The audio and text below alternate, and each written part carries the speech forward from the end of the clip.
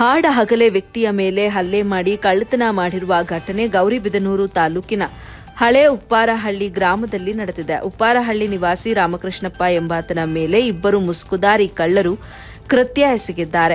ರಾಮಕೃಷ್ಣಪ್ಪ ತಮ್ಮ ತೋಟದ ಹತ್ತಿರ ಹೋಗಿದ್ದು ಮನೆಯಲ್ಲಿ ಯಾರು ಇಲ್ಲದಿರುವುದನ್ನು ಗಮನಿಸಿರುವಂತಹ ಕಳ್ಳರು ಮನೆಯ ಬೀಗ ಹೊಡೆದು ದೋಚಲು ಯತ್ನಿಸಿದ್ದಾರೆ. ಅಷ್ಟರಲ್ಲೇ ರಾಮಕೃಷ್ಣಪ್ಪ ಅವರು ಮನೆಗೆ ಬಂದು ನೋಡಿದಾಗ ಮನೆ ಬೀಗ ಹೊಡೆದಿರುವುದನ್ನು ಗಮನಿಸಿ ಗಾಬರಿಯಾಗಿ ಮನೆಯೊಳಗೆ ಹೋಗಿ ನೋಡಿದಾಗ ಕಳ್ಳರು ರಾಮಕೃಷ್ಣಪ್ಪ ಅವರ ಮೇಲೆ ಹಲ್ಲೆ ಮಾಡಿ ಪರಾರಿಯಾಗಿದ್ದಾರೆ.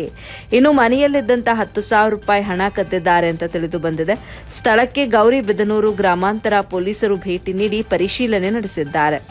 ವರದಿ ನದೀಂ ಅಲಿ, ಎಬಿ ನ್ಯೂಸ್ ಕನ್ನಡ, ಗೌರಿಬಿದನೂರು.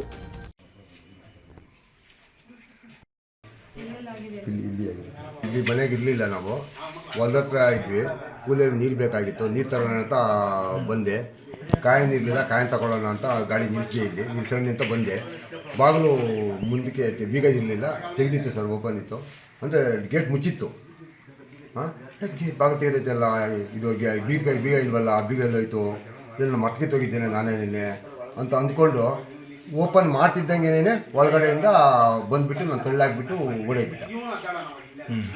ಎಷ್ಟು ಜನ ಬಂದಿದ್ರು ಏನು ಅಂತ? ಇಬ್ಬರು. ಒಬ್ಬರು ಆಚೆ ಕಡೆ ಗಾಡಿ ನಿಲ್ಲಿಸ್ಕೊಂಡು ನಿಂತಿದ್ದ, ಒಬ್ಬನು ಒಳಗಡೆ ಇದ್ದ.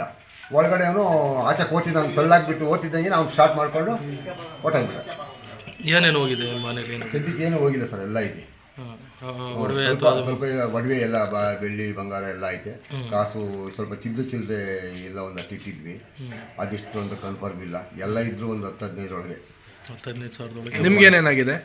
ಈಗ ಗಾಯಲಾಗಿದೆ ಸರ್. ನಾನು ಇಲ್ಲಿ ಎಲ್ಲ ತಳ್ಳಾಗ್ಬಿಟ್ಟು ಎಲ್ಲ ಮೊಣಕೈ ಇಡು, 2 ಮೊಣಕೈ ಇಡು, ಈಗ ಕಾಲಲ್ಲೂ ತಲೆಯಲ್ಲೂ ಎಲ್ಲ ರಕ್ತ ಬಂದಿದೆ ಸರ್.